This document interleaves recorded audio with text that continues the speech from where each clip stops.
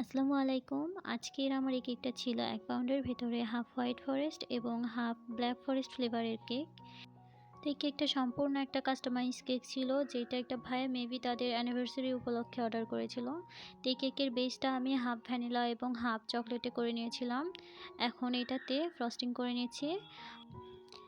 কেকটা ৩ টা ভাগে ভাগ করে নেওয়ার পর হোয়াইট ফরেস্টের সাইডে আমি দিয়ে দিয়েছিলাম সুগার সিরাপ এবং ব্ল্যাক ফরেস্টের সাইডে দিয়ে দিয়েছিলাম চকলেট সিরাপ।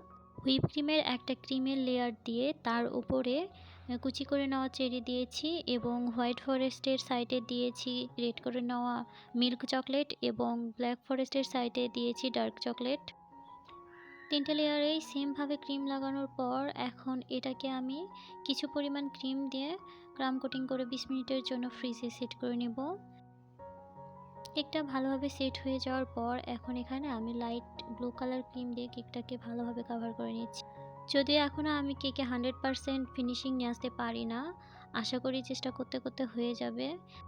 আর এই কেকের ফিনিশিং আনাটা আমার মনে হয় যে যত বেশি কেক বানাবে, বেশি বেশি প্র্যাকটিস করবে, তার ফিনিশিং তত বেশি ভালো আসবে।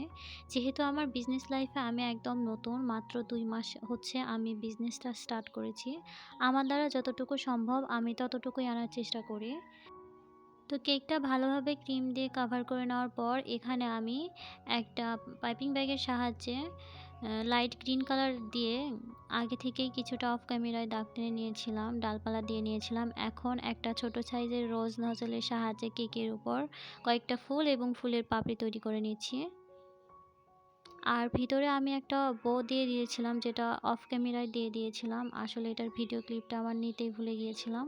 তো এখন লাস্টলি কেকের ওপর সুগার বল এবং গোল্ডেন ডাস্ট দিয়ে ডেকোরেশন করে নেওয়ার পর এই তো আমার কেকের ফাইনাল লুক। আজকের ভিডিওটা ছিল এই পর্যন্তই। আসসালামু আলাইকুম।